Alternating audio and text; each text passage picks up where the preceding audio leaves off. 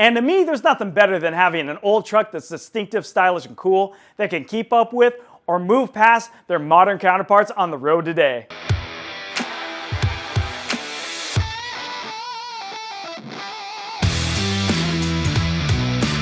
Well, hello my friends, Kevin here, and thanks for watching this video in our bottom line series, where we focus on everything about custom lower trucks. And before we get started, I want to ask everybody to like this video and also to subscribe to this channel, as it helps us produce more videos in the future.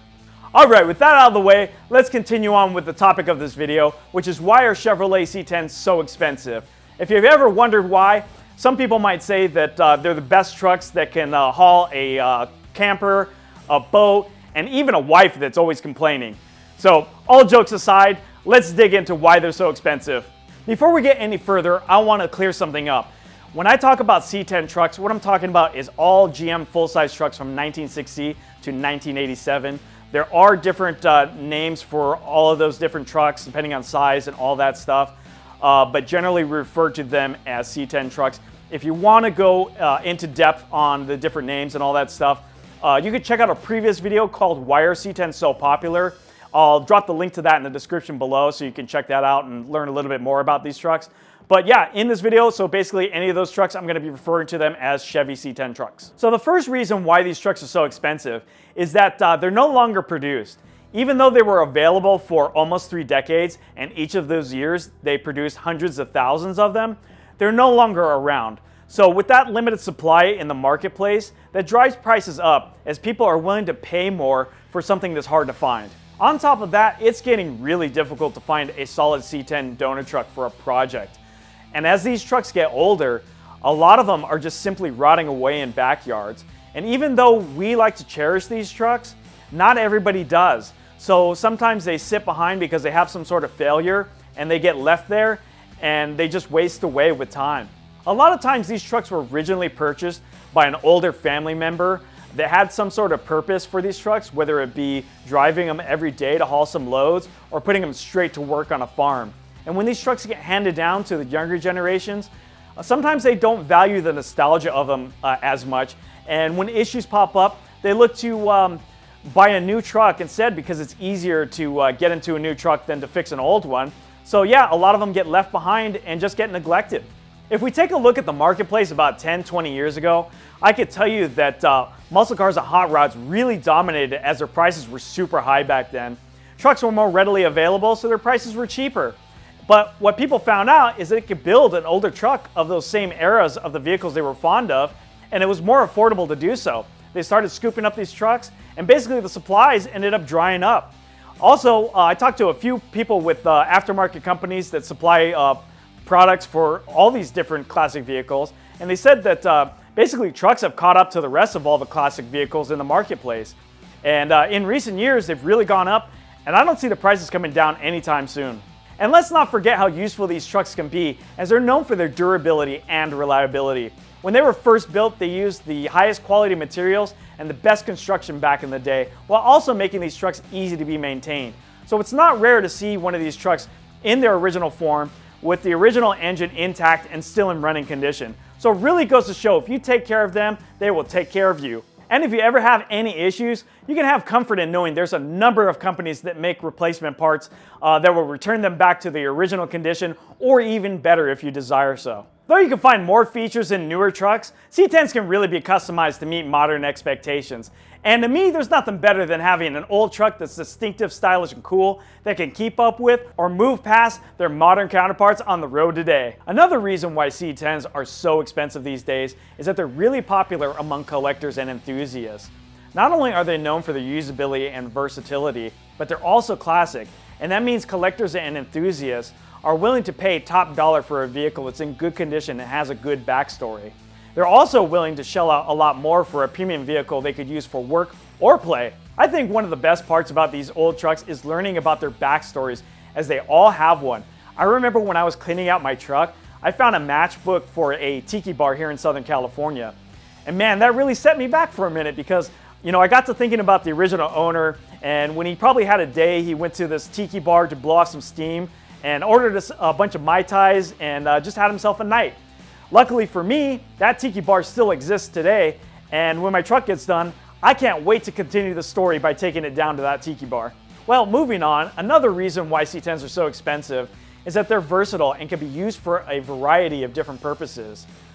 In work situations, they could be used to haul loads and also pull a trailer. And even though I focus a lot on slam C10s, they're really popular with off-road enthusiasts as they can be built to take on the great unknown.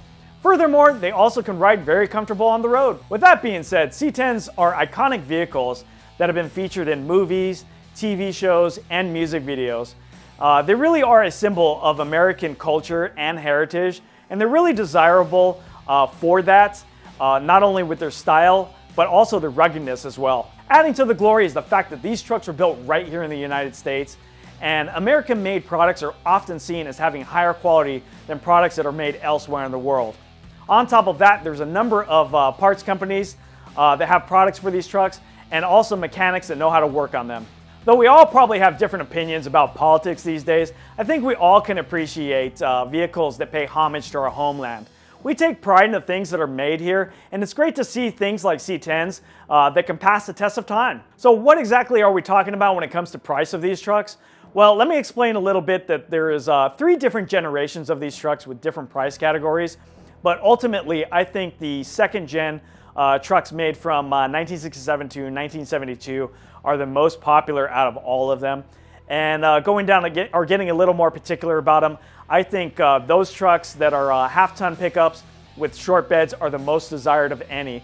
But you can get 3/4 ton trucks, 1-ton trucks. You can cut them down.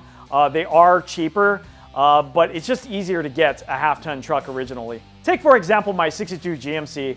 As I purchased it 15 years ago for $1,000, which was a good deal then, probably a deal you can't find these days as prices have dramatically gone up. But when I was in the marketplace, I really was only concerned about the body of the truck that I would find, as I know I could modify anything else on it. And even though this truck looks a little bit rusty and crusty, it's really solid underneath, so I know that that surface rust can be knocked off easily if I ever wanted to paint it. About 8 years ago, I figured it was time for an upgrade on this truck, and I threw in a 383 stroker V8 small block Chevy engine in it, and also attached a few lowering components as well. But I was a bit limited at the time, not only with cost, but also availability of parts, as this truck's within the first couple years of the CK GM trucks, and they're a little bit harder to work on, so parts availability back then was a little bit different. But luckily for us today, companies like TCI actually have full chassis for these trucks, so if you want to go all out, you can. In fact, I purchased a coilover version of this chassis and plan to have old Anvil Speed Shop slide that under this truck and have it running like never before. So as you can see, I saved a lot up front, but that was only because I knew I was going to throw a lot at it later. Now, like I said, deals like that are really hard to come by, so you're probably not going to find something like I did, but when you're in the marketplace today, you're probably looking at about $5,000 to about $10,000 for a similar truck. Now, you could go a more simple route than I did by picking up a half-ton truck with a short bed, but you're going to spend a lot more than I did. In today's marketplace, to find a truck that's running and driving in pretty good condition, on the low end, you're probably looking at about $15,000 to $30,000 for a truck like that that you can customize and make your own. And if you want to knock out a few inches off the height, you could do so with a few $100 for some lowering products. But if you really wanted to perform well with coilovers, you're probably going to have to spend a few $1,000s. Well, if you're on the other end of things and have some deep pockets, let me remind you that the sky is the limit on these trucks. I've definitely been around a number of these trucks that have 6-digit budgets, and I can tell you they absolutely take my breath away. They ride great, they run great, they look stunning, and they're worth absolutely every penny of that if you can afford it. And it's truly gratifying to see people that appreciate these trucks so much and put so much money into them. With that being said, I really do think these trucks are a solid investment. If you put the right stuff in them, you probably can sell them more for what you put into them. At the auctions, I've seen some of these trucks that are at high caliber sell for 6 digits. Some of them almost $500,000 basically, which is a ton of money. But you know, that's not for everybody. But I will tell you that yeah, if you put the right stuff in them, they're a solid investment. I mean, there's a lot of interest in these trucks, and I think that's only going to increase with time. So I don't think they're gonna dip in price anytime soon. So yeah, like I said, I think they're a solid investment. In conclusion, it's easy to see why C10s are so expensive these days. Back in the day, they were built to be durable and reliable. And come on, some of these trucks are over 60 years old and are still on the road today. And with today's modern technology, you can make them even better. On top of that, there's a limited supply of them as they don't make them anymore, and a lot of them are rotting away, and there's probably less of them now than when you started this video, so take that into account. Also, they're very popular with enthusiasts and collectors, so you put that all together, supply, demand, and there you go. But I think above all, they hold a special place in not only my heart, but in the hearts of others. And that pretty much explains why they're so desirable these days. Well, thanks for watching this video, my friends, but it's time for me to sign off. Before I go, I want to ask everybody to like this video as it helps us produce more in the future. If you have anything to say about the value of C10s, drop that stuff in the comment section below because I want to hear about it. Also, make sure to subscribe to this channel so you don't miss a future video, and we will catch you next time.